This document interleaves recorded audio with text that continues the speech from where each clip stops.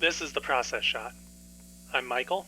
I'm trapped in a haunted theater, and I've just seen the new psychological suspense thriller, The Woman in the Window, directed by Wright. It follows Anna, a woman with a crippling agoraphobia that prevents her from even opening her front door without fainting, and for which she takes a number of meds. She spends most of her days watching other neighbors from her windows, including a new family which moves in across the street. Anna meets and befriends Jane, the matriarch of this family, but soon bears witness to her murder. Assuming that Jane's husband is her murderer, Anna slips into obsession as she tries to prove his guilt, even though another woman that he and others claim to be Jane turns up alive and well. There's an added element in Anna potentially having hallucinations from her medication, which plays into the central story and Anna's backstory. In fact, the film leans more towards trying to stray away from true, real-world story fixtures and mix in elements of mental health issues in Anna and the possibility that she's making everything up. It works out to an extent, but at times it takes away from that ongoing storyline in favor of trying to bring out a separate theme. Otherwise, the film more or less plays things straight, which is unfortunate because it's pretty much taking several pages out of Alfred Hitchcock's Rear Window, but with some stuff rewritten to make it seem like they didn't just copy someone else's homework. The main character is stuck in their house, they witness a crime and nobody believes them, they work to prove their accusations, etc.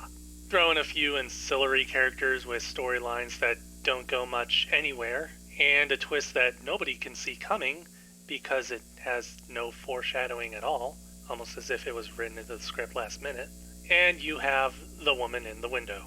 This isn't to say that the movie is a straight rip-off of Rear Window, but it certainly has more similarities than differences. The movie wears its influence with pride, and it's something that shows up in homage through the technical aspects of the film as well. Primarily, it occurs through cinematography and editing, which tends to take up a faster, disorienting tempo during the more hectic sequences, along with coloring choices in line with Hitchcock's films. However, those sequences tend to be the only times they occur. The rest of The Woman in the Window keeps things on a more even and contemporary keel, with a subdued visual tone and slow pacing, save for very brief moments of tension. The climactic scenes of the film are somewhat notable, primarily because they take up the faster and tense pacing of the earlier homage scenes, but they lack their visual flair, despite the room for it. As a Hitchcock tribute, The Woman in the Window does a good job making nods to his works, but otherwise those homages come through without substance. As a suspense thriller, the film is a bit droll, with its focus on other concepts and ideas taking away from the actual thrill and suspense.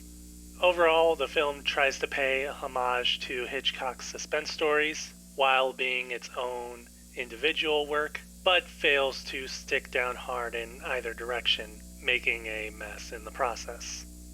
The Woman in the Window. Wright, 2021.